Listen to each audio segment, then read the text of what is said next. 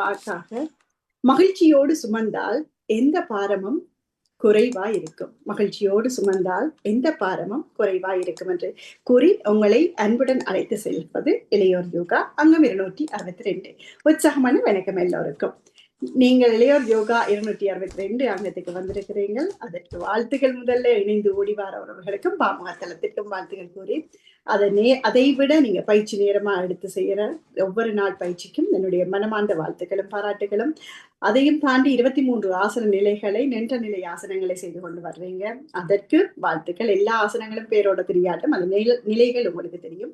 இந்த யோகாசன பயிற்சி, யோகாசனம் என்றது உடல் மனம் எங்களுடைய மூச்சோட சேர்ந்து செய்யறபடியால நிச்சயம் அது எங்களுக்குரியது, எங்களுக்கானது, எங்களை சீர்படுத்தும், எங்களை நிலைப்படுத்தும், எங்களை ஒன்றா இருக்க வைக்கும். மனம், உடல், எங்களுடைய மூச்சு, இந்த மூன்றையும் அப்படி ஆரம்பிக்கிற யோகாசனம் என்றது மிக ஆரம்ப கால பயிற்சியாளர்களுக்கு அல்ல ஆரம்பிக்க விருப்பப்படுறவர்களுக்கு மிக முக்கியமான சில 3 ஆசனங்கள் கூட சிறப்பா இருக்கு. உதாரணமாக கீழே இருந்து செய்யறது.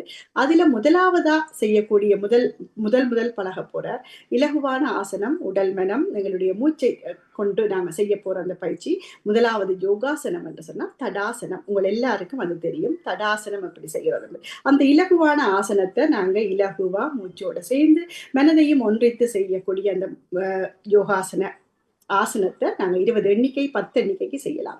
அதே போல இலகுவான ஆசனங்கள் இப்ப நிலத்துல இருந்து செய்யக்கூடிய ஆட்களுக்கு அல்லது நெத்துல இருந்து செய்யக்கூடியவர்களுக்கு புஜங்காசனம் அல்லது பாலாசனம், குழந்தை நிலை ஆசனம். நிறைய பேருக்கு இந்த ஆசனம் நாங்கள் இதுல செய்திருக்கிறோம். இளையோர் யோகாவில சொல்லிக் கொடுத்திருக்கிறேன். மிக இலகு, நீங்களும் செய்யலாம் என்று. அது இருந்து செய்யக்கூடிய ஆசனம். புஜங்காசனம் என்றது பாம்பு மாதிரி படம் எடுத்து குப்பர படுத்திருந்த நிலை, அது புஜங்காசனம். அதே நேரம் பாலாசனம் என்றது குழந்தை நிலை. குழந்தை நிலைகள் குட்டி பிள்ளைகள் எப்படி இருப்பிடுமோ அந்த நிலை. அந்த 3 ஆசனமும் இலகுவாக செய்யக்கூடிய ஆசனங்கள்.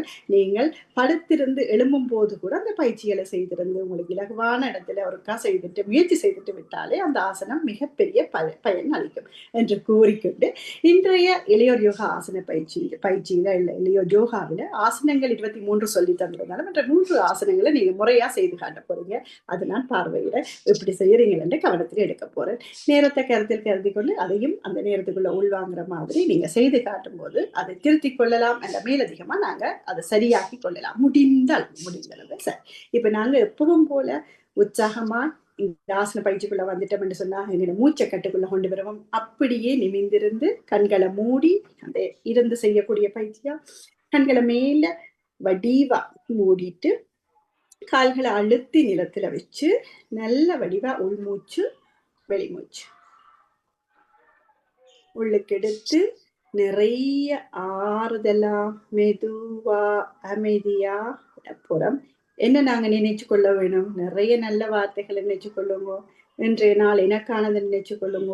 எனக்கான நாளுக்கான என்னுடைய உடல் உறுப்புக்கான நேரம், என்னுடைய மூச்சு உடல் மனம் மூன்றையும் ஒன்றிணைத்து செய்ய போற எனக்கு என்னால முடிஞ்சளவு நான் செய்யக்கூடிய இந்த ஆசனங்கள், இந்த பயிற்சிகள் எனக்கு ஒத்து வர வேணும் என்று சொல்லி உங்களுடைய இறைவனுக்கு, உங்களுக்கு பிடிச்ச இறைவனுக்கு நன்றி சொல்லி இந்த நேரத்துக்கு நன்றி சொல்லி இணைஞ்சு கொள்ள போற நேரம் தான் இந்த வரும் 20 நிமிடங்கள் நாங்க செய்ய போறோம்.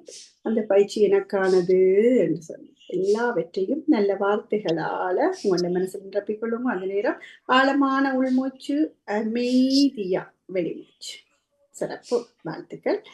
அதே போல நாங்க இப்ப எழும்பி கைகளை கால்களை உதறி ஆட்டி ஓடி ஆடி என்னெல்லாம் செய்வோமோ அது ஒரு நிமிடத்துக்கு நாங்கள் தயார்படுத்திக் கொள்வோம். 1 நிமிடம் தான் அதற்கான நிமிடம். நேரத்தை கருத்துக்கொண்டு ஆனா நீங்க செய்யும் போது, வீட்டுல செய்யும் போது நிறைய நேரம் செய்யலாம். இப்ப நான் ஒழுங்குல சொல்ல போறேன், நீங்க செய்து கொண்டு இருக்க போறீங்க. சொல்லி கைகள் எல்லாம் ஆட்டி செய்யலாம்.